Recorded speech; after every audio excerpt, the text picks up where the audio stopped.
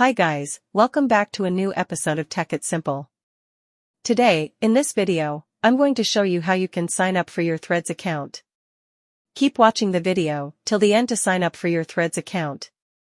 Firstly, go ahead and launch/open your Threads application. The official page of Threads application will appear on the screen.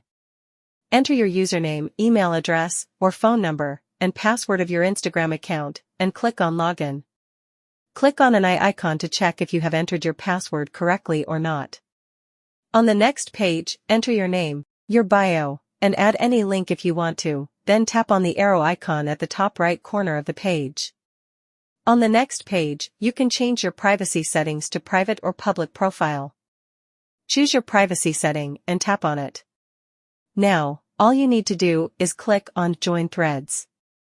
This is how you can sign up for your Threads account quickly and easily, just in a few steps. If you have any thoughts or queries, let us know in the comment section. Don't forget to subscribe to our channel. Also, press the notification bell icon so that YouTube will notify you whenever we post a new video. I hope this video was helpful to you. Thank you so much for watching.